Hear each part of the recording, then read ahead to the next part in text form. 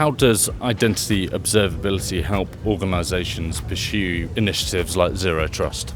So we provide that continuous feed of correlated, clean identity data that can really support Zero Trust initiatives. We act as a PIP, point of information to the rest of the components of a zero-stack approach. We look at things like OPA, where you have a policy agent that requires this contextual information that we know that we can rely on. So we support those continuous authentication and authorization efforts that are really needed to support a zero trust approach, because the ultimate goal is to reduce the number of privileges that are in play. It's the principle of least privilege.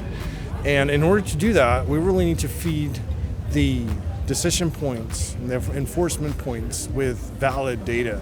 And that's where we play into a zero trust architecture.